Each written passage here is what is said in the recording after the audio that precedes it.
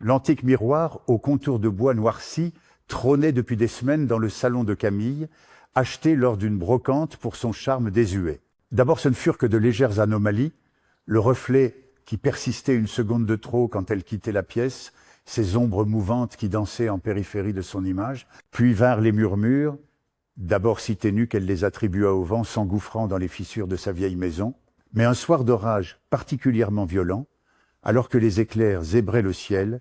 son reflet cessa de l'imiter. La silhouette dans le miroir continua de bouger indépendamment, ses doigts effilés, grattant la surface vitreuse comme pour en gratter la barrière invisible, tandis que son sourire se fissurait en une grimace dénuée d'âme. Camille, paralysée par une terreur viscérale, sentit l'air se glacer autour d'elle. L'entité mimétique commença alors à se métamorphoser, sa peau pâlissant à vue d'œil, ses yeux se creusant en orbite noire,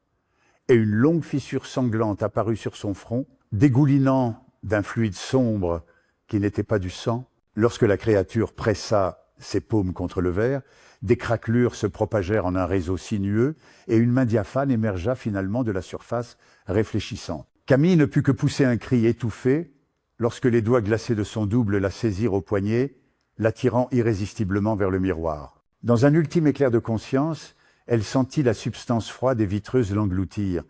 tandis que l'entité prenait sa place dans le monde réel, arborant désormais son visage et son sourire, laissant Camille prisonnière à jamais dans le royaume des reflets, tapie dans l'attente de sa prochaine victime.